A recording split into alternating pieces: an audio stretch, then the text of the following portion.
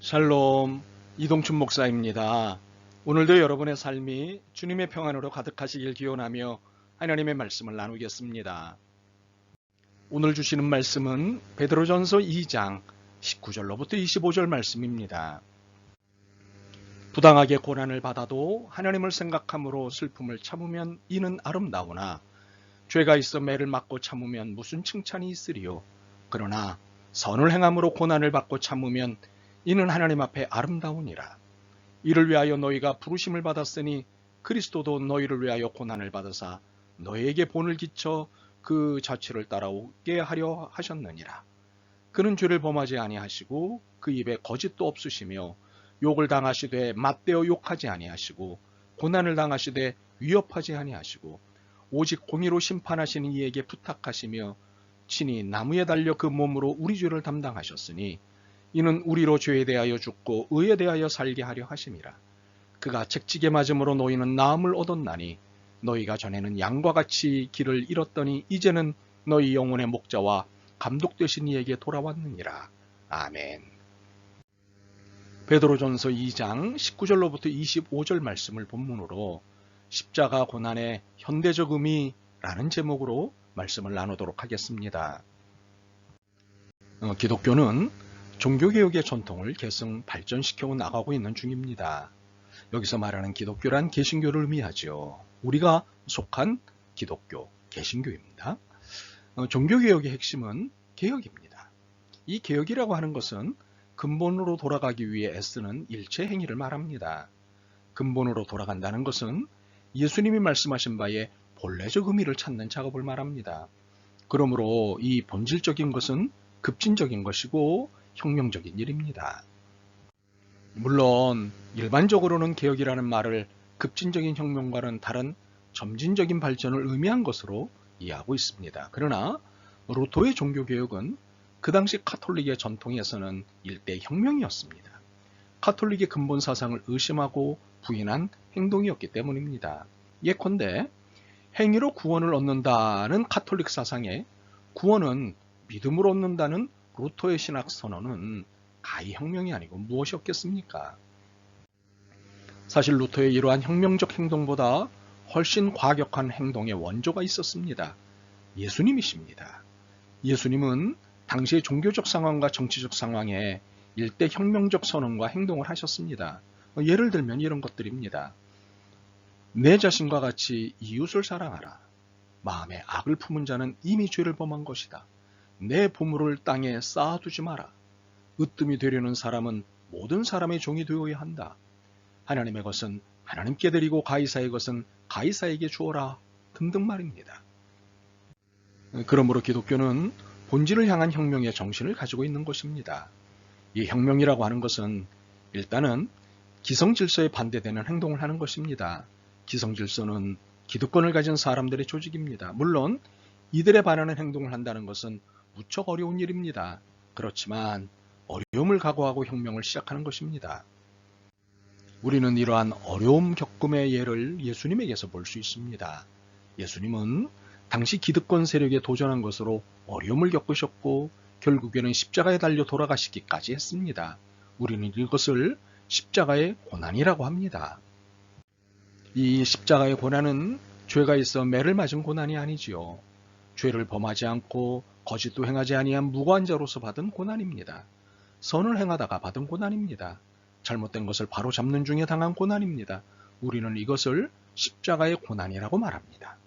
그런데 이 고난의 이유는 우리의 죄 때문이고 이 죄로 말미암아 길을 잃어버렸던 우리를 위해 대신 당하신 고난입니다. 이 고난 받으심이 아니었으면 우리는 하나님께로 돌아갈 수 없었습니다. 하나님과 화목할 수 없었습니다. 죄에 빠져 있는 인간과 세상을 구원하시고 개혁하시기 위해 십자가의 고난을 당하신 예수님이십니다. 바로 이 예수님이 오늘 우리에게 이렇게 말씀하십니다. 이제는 너희들 차례다. 그래서 우리는 오늘 십자가 고난의 현대적 의미를 찾아야 합니다. 그렇다면 십자가 고난의 현대적 의미는 무엇일까요? 첫째, 기본적으로 예수님을 따르는 사람은 누구든 십자가의 고난을 각오해야 한다는 사실입니다. 고난을 각오하지 않는 기독교 신앙은 잘못된 신앙이고 편의주의적 신앙입니다. 그래서 기독교는 많은 핍박과 순교자의 피로 얼룩진 역사를 갖고 있는 것입니다. 많은 고난에도 굴하지 않고 승리하여 나온 기독교입니다. 그러므로 이 고난은 기독교를 지탱하는 힘입니다. 이에 대한 기독교의 불행한 역사가 있습니다. AD 313년 로마의 황제 콘스탄티누스가 기독교를 국가의 종교로 공인한 후 불행한 기독교 역사가 시작된 것이지요. 고난이라고 하는 외부적 자극이 없자 편안해진 기독교는, 그리고 치밀하고 긴박한 성찰의 기회를 상실한 기독교는 나태해지고 부패해져 간 것입니다. 도시에서는 어느 분이 시골의 정서를 느끼고 싶어서 알람시계 대신 닭의 생음악으로 아침을 깨기로 했습니다. 그래서 시골장에 가서 암탉과 수탉 한 쌍을 쌓았습니다. 기대를 갖고 다음날을 기다렸으나 해가 중천에 떠도 닭이 울지를 않는 것입니다. 그래서 처음에는 적은 기간이 필요한가 보다라고 생각했습니다. 그러나 일주일이 지나고 한 달이 지나도 닭이 울지 않는 것이었습니다. 그래서 닭 전문가에게 자문을 구했습니다. 그러자 닭 전문가가 되물었습니다. 닭장은 지어주셨습니까? 네. 모이완불은 충분히 주었습니까? 네. 그러면 암탉에게 수탉을 붙여줬습니까? 네. 그러면 그렇지요. 아니, 배부르고 등 따숩고 아쉬운 것 없는데 고생스럽게 울 필요가 있겠습니까? 고난을 즐기는 사람은 없을 것입니다. 그러나 예수님을 믿는다는 것은 고난을 각오하는 삶이어야 합니다. 유감스럽게도 고난은 나의 영혼을 늘 깨어있게 하고 건강하게 하는 필수 자극제입니다. 그러므로 고난을 없애달라고 기도하는 것은 성경적이지 않습니다. 견디고 이기게 해달라고 기도하는 것이 성경적입니다. 둘째, 우리가 처해 있는 현실에 대한 통찰과 그 현실을 바른 길로 돌리기 위한 일체 행동이 고난의 현대적 의미라는 사실입니다. 오늘날 이 땅 한반도에서 살아가는 우리들은 어느 세대보다도 무거운 고난의 삶을 살고 있다고 생각됩니다. 구한말에서부터 시작하여 일제강점과 분단, 그리고 한국전쟁, 그리고 정부 수립 이후 오늘에 이르기까지 많은 정권을 거쳐오면서 고난과 저항이 무엇인가를 경험하고 있습니다. 민족 내부의 분열과 이념적 갈등, 정파 간의 분쟁이 우리를 고난으로 몰아넣었음을 깊이 경험하고 있습니다. 그렇기에 이제 우리는 분단의 아픔을 겪으면서도 이러한 고난이 어디에서 오는 것이며 무슨 의미를 주는 것인가를 깨닫지 못하면 안 됩니다. 즉, 가진 자와 갖지 못한 자, 외형상의 정상인과 장애인, 지배하는 인간들과 지배당하고 착취당하는 사람들, 계층 간의 갈등과 고난 등을 어떻게 극복하며 해결할 것인가에 대하여 우리 그리스도인들은 답을 주어야 합니다. 왜냐하면 예수님은 고난을 자처하심으로 고난당하는 자들을 위로하시고 그 문제를 해결해 주셨기 때문입니다. 교회는 북한 동포의 고난, 이웃이 당하는 억압과 불이익, 장애로 인하여 심신의 고통을 감수하는 형제들의 고난을 함께하고 나누어야 합니다. 기쁨을 나누면 배나 커지고 고난을 함께 나누면 반으로 줄어든다는 사실을 기억하면서 말입니다. 사실 우리가 고난에 참여한다는 것은 특별한 은혜입니다. 고난을 받지 않고 타자의 고난에 동참하지 않고는 그리스도의 마음을 알 수 없고 그리스도의 길을 걷는다고 할 수 없습니다. 예수님의 사랑의 깊이와 높이와 넓이를 체험하는 길은 타자의 고난을 내 것으로 받아들이고 함께 아파할 때입니다. 24절을 봅니다.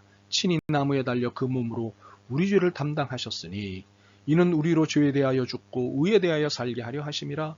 그가 채찍에 맞음으로 너희는 나음을 얻었나니.